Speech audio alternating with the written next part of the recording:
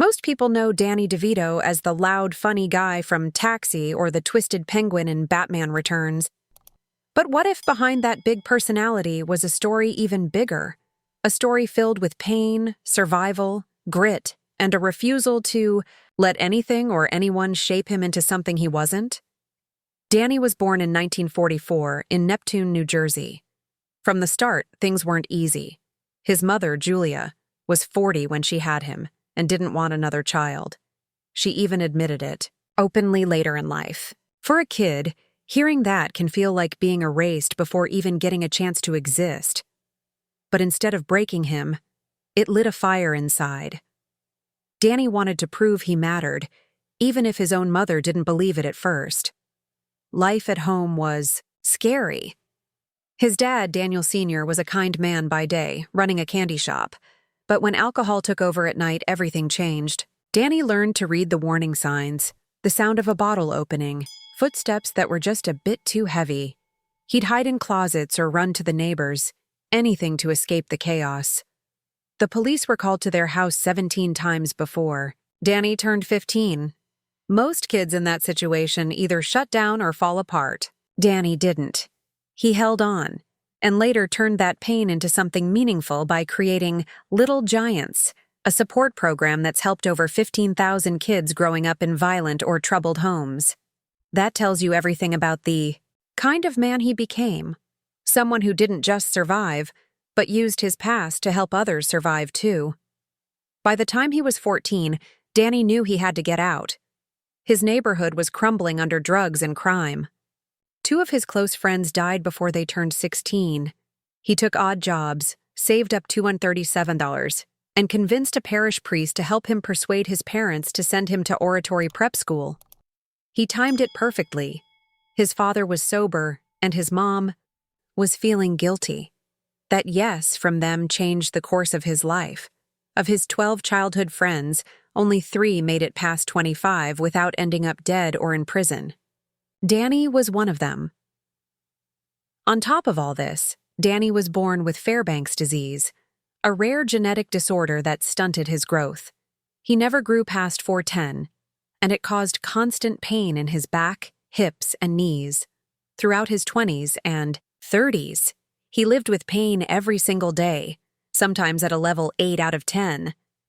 But he didn't let it stop him. He refused to take painkillers, kept doing his own stunts, and never complained. During the filming of One Flew Over the Cuckoo's Nest, he even collapsed multiple times. Most people would have called it quits, but not Danny. He quietly donated over $12 million to help others with bone disorders and never once tried to make it public. Before he ever thought about acting, Danny was training to be a beautician. He put in 1,500 hours and graduated second in his class. His sister Angela owned a salon called Curl Up and Dye, and Danny worked there, becoming well known for a hairstyle he invented called the Neptune twist. He didn't take the job for the love of beauty. It was a way to meet women. But that path led to a moment that would change his life. One day, while styling a woman's hair, her husband mentioned theater and suggested Danny audition for a play.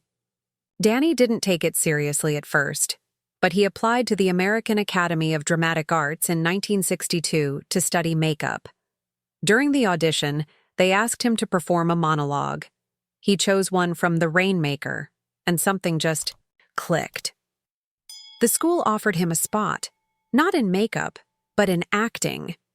At first, he went back to the salon, but when the school called again, offering a partial scholarship, he decided to take the leap. New York was rough. He shared a tiny apartment with Michael Douglas, who kept his famous last name under wraps. They lived on canned beans and old bread. Danny had only $27 to spend on headshots. Between 1967 and 1970, he went to 248 auditions and landed just 3 small jobs. That added up to less than $800. To make ends meet, he parked cars, posed as a mannequin in store windows, read lines to chimpanzees at the zoo, and even lived out of his Volkswagen Beetle. He showered at the YMCA and ate at soup kitchens. Through it all, he didn't give up. Hollywood wasn't kind. Casting directors told him he didn't look the part. He was too short, too odd-looking. Studios wanted him to get surgeries, break and stretch his legs, reshape his face. One even offered him what would now be close to $1 million to change his appearance. Danny burned that contract on a beach. His answer was simple. He would rather be a first-rate version of himself than a second-rate version of someone else. That mindset became his superpower. His big break came thanks to Michael Douglas, now a producer. Danny was about to quit acting and take a postal job when he got the call to audition for One Flew Over the Cuckoo's Nest. He already knew the role. He'd played the same character, Martini, on stage. The film was shot in a real mental hospital with real patients.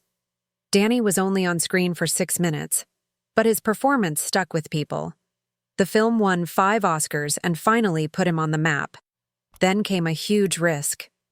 In 1978, Danny turned down 3 film roles to audition for a TV sitcom called Taxi. Back then, moving from film to TV was seen as a career killer. Even his agent warned him not to do it. But Danny wanted the part of Louis De Palma. During his audition, he delivered a 7-minute monologue that left everyone stunned. Some producers were unsure because of his height, but co-creator James L. Brooks said he'd quit if Danny wasn't cast. Danny took the role, even for 40% less pay than other cast members, and it paid off. Just 8 episodes in, he received over 11,000 fan letters. Louis was rude, nasty, and loud, yet somehow lovable. Danny poured his years of pain, rejection, and frustration into the role. The audience felt it. By 1980, 93% of Americans could recognize Louis De Palma just by his voice or silhouette. He won a Golden Globe in 1980 and an Emmy in 1981. His Emmy speech had just 12 words and became the shortest in history. When NBC tried to steal him away with a huge deal, he said no. Staying loyal to his castmates meant more than money. That's who Danny was. During all of this, he met Rhea Perlman. She had come to their apartment to break up with his roommate, but ended up talking with Danny for 6 hours. He knew in just 22 minutes that he wanted to marry her. Within 2 weeks, they moved in together. They kept it quiet on set to avoid special treatment, even after getting married in 1982. Together, they started Jersey Films, sneaking in writing and production work at night and on weekends. After Taxi ended in 1983, Danny did what very few TV actors ever manage. He became a movie star.